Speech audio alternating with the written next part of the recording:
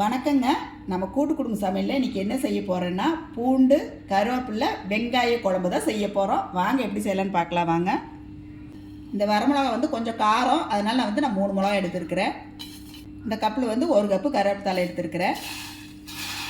இதை போட்டு எண்ணெய் கொஞ்சம் ஊற்றி வறுத்துக்கலாம். மிக்ஸியில் அரைச்சி எடுத்துக்கலாங்க. அதே பாத்திரத்தில் எண்ணெய் ஊற்றிக்கலாம். கடுகு போட்டுக்கலாங்க. வெந்தயம், பூண்டு போட்டுக்கலாங்க. பூண்டு நான் 2ஆக கட் பண்ணியிருக்கிறேன். இது போட்டுக்கலாம். சின்ன வெங்காயம் 1 கப் எடுத்துருக்கிறேன். இதிலே போட்டுக்கலாங்க. நல்லா சுருளை வணக்கிக்கலாம். பொடியாக நறுக்குன தக்காளி பழம் போட்டுக்கலாங்க.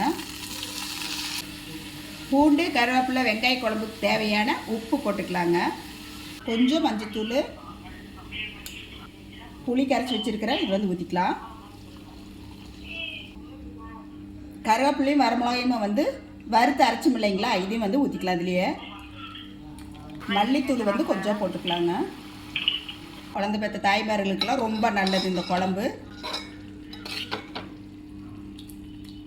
மல்லித்தலை போட்டுக்கலாங்க.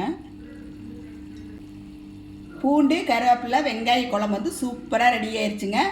எல்லோரும் வாங்க சாப்பிட்லாம் வாங்க. நீங்களும் உங்கள் வீட்டில் இந்த மாதிரி செஞ்சு சாப்பிட்டு பார்த்துட்டு எப்படி இருக்குன்னு சொல்லுங்கள். எங்கள் வீடியோ பிடிச்சிருந்தா லைக் பண்ணி ஷேர் பண்ணுங்கள். நன்றிங்க.